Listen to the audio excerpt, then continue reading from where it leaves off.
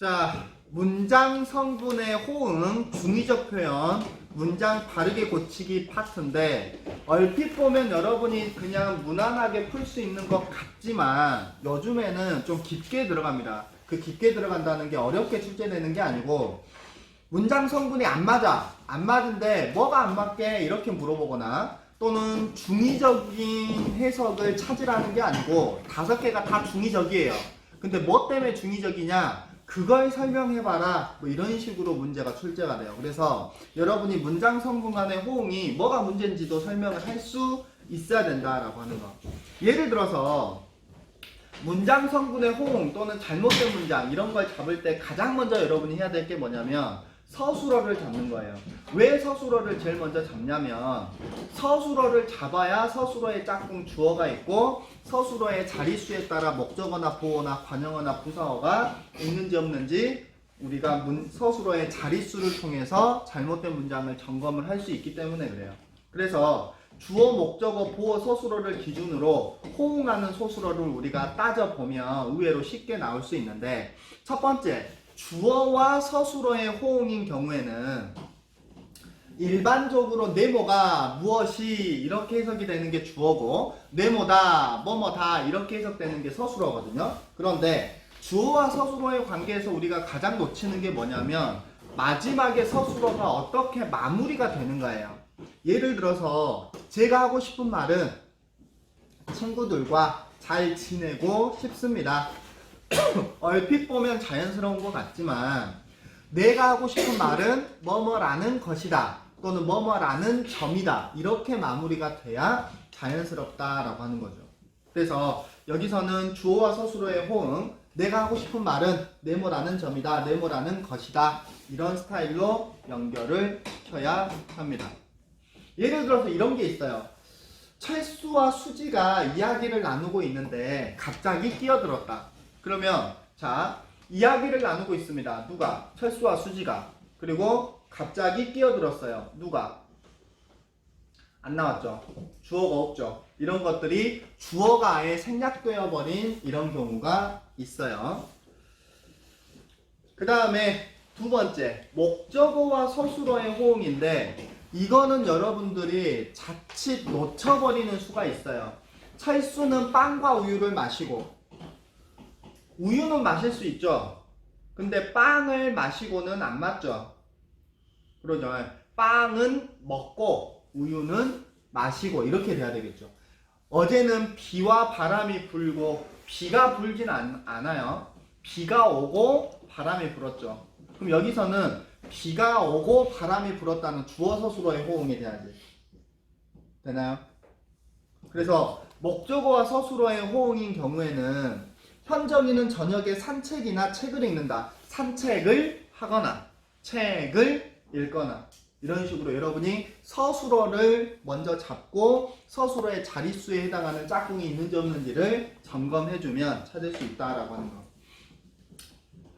그 다음에 뭐뭐라는 것은 뭐뭐이다, 것이다 뭐 이런 게 이제 주어 서술어였고 목적어와 서술어는 반드시 목적어 서술어의 그런 그 관계를 밝혀줘야 되는 거고 만약에 2개의 서술어가 올 수 있어요. 2개의 목적어 또는 와, 과의 경우 서술어의 생략을 의심을 해봐야 돼요. 목적어가 2개야 또는 와, 과가 있는데 서술어가 하나야. 이런 경우에는 문제 있는 게 아니야 라고 의심을 해봐야 돼. 예를 들어서 대표적인 게 철수는 노래와 춤을 춘다. 노래와 춤을 와, 과와 을이 동시에 지금 들어가 있는데 서술어는 하나거든요. 노래를 부르고 춤을 추는 거죠. 그러니까 이런 식으로 연결을 시켜야 되죠. 이것은 사람이나 짐을 싣고 자, 사람이나 짐을 싣고 일반적으로 사람을 싣고 와라 이렇게 안 하죠. 사람을 태우는 거죠. 이런 것들도 여러분들이 센스로 잡아줘야 됩니다. 버스는 사람을 태우고 가는 거지 사람을 싣고 가는 게 아니에요. 우리가 사람을 싣고 가는 저 버스 이렇게 우리가 사용을 하기도 하는데 짐을 싣는 거고 사람은 태우는 겁니다. 그 다음에 이런 거 어때요? 자, 우리는 앞으로 더욱 상품의 양과 질을 높이겠습니다. 어때요?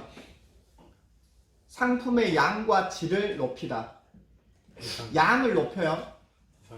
양은 늘리는 거죠. 질은 높이는 거죠. 이런 것들이 싶으면 의심을 해봐야 되는데 상품의 양과 질을 높인다. 얼핏 보면 맞는 표현 같다고. 이런 것들은 조심해줘야 된다 이거예요.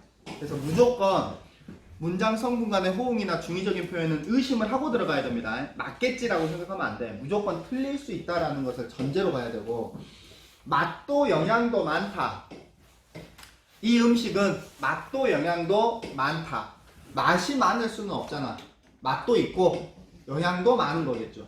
이런 부분들이 놓칠 수 있는 부분들입니다. 그 다음에 부사어와 서술어의 호응인데 특히 여러분이 놓치는 게 부사어 쪽이에요. 부사어가 잘 안 보이는 경우가 있습니다.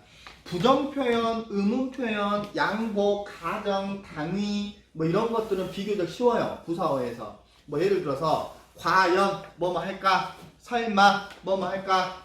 뭐 이런 것들. 만약 뭐뭐 한다면 뭐 이런 것들은 무난하게 잡을 수 있거든요. 그런데 조금 놓칠 수 있는 게 부정표현에서 예문에서 맨 끝에 봐봐요. 비단 부정표현입니다. 비단 이번 일뿐만 아니다. 이런 식으로 끝나야 돼요. 비단 부정표현. 그 다음에 당위적 표현 봐봐요. 5번째. 모름지기 뭐뭐 해야 한다. 반드시 뭐뭐 해야 한다. 마땅히 뭐뭐 해야 한다. 응당 뭐뭐 해야 한다. 뭐 이런 표현들이 있습니다. 그 다음에 맨 밑에 기타에 보면 왜냐하면 뭐뭐이기 때문이다. 마치 뭐뭐 같다. 만일 뭐뭐 한다면 뭐 이런 거는 우리가 무난하게 할 수 있겠죠.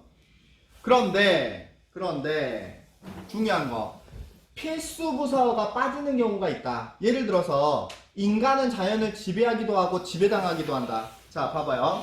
어떻게 잡냐? 인간은 자연을 지배한다. 지배한다라고 하는 서술어를 바탕으로 누가 뭐를 지배한다. 두 자리거든요. 그런데 지배당하다는 어때요?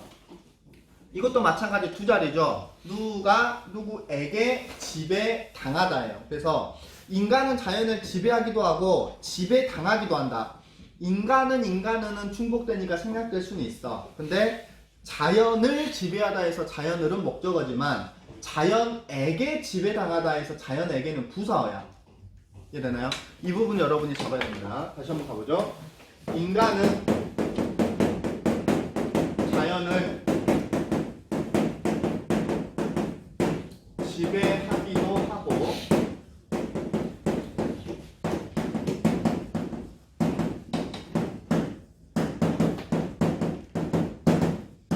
얼핏 보면 맞는 뭐가 문제지? 라고 생각할 수 있단 말이야. 그런데 서술어 자릿수로 보면 좀 쉽게 나와요.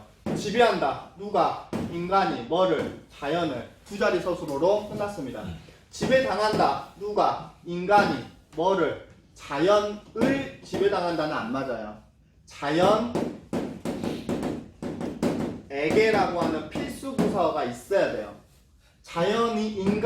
인간은 주어니까 생략이 가능하거든요. 근데 자연 똑같으니까 생략된다가 아니에요. 우리는 생략이 가능하거나 아니면 반드시 들어가야 되는 건 문장 성분이지 단어 중심으로 보는 게 아니야.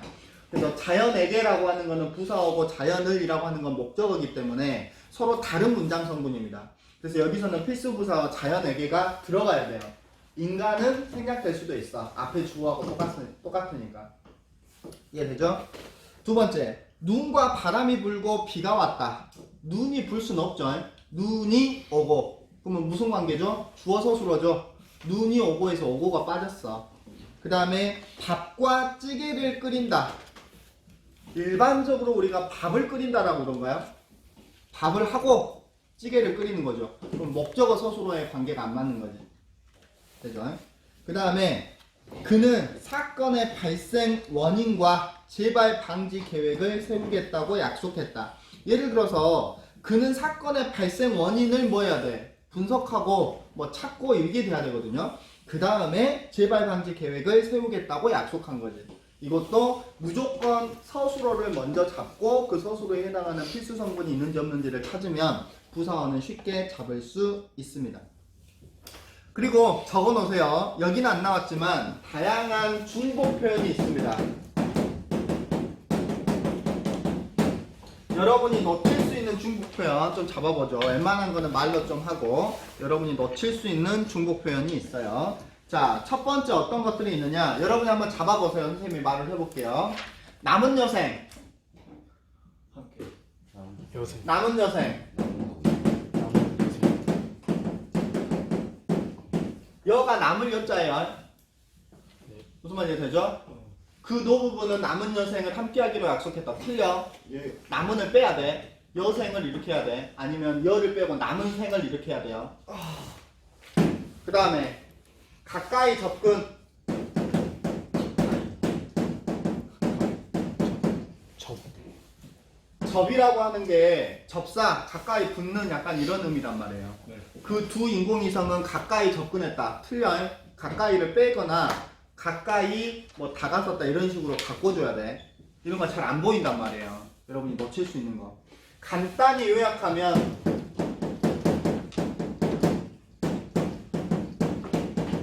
어때요? 요가 요약하다야. 간단하게. 그래서 간단히 아니다. 요가 아니고 여기서는 약이야. 요가 아니고 여기서는 약입니다. 간단하다라고 하는 게 요약의 약하고 똑같기 때문에 여러분들이 간단히를 빼줘야 됩니다. 그 다음에 매 시간마다 야 너희들은 매 시간마다 자냐?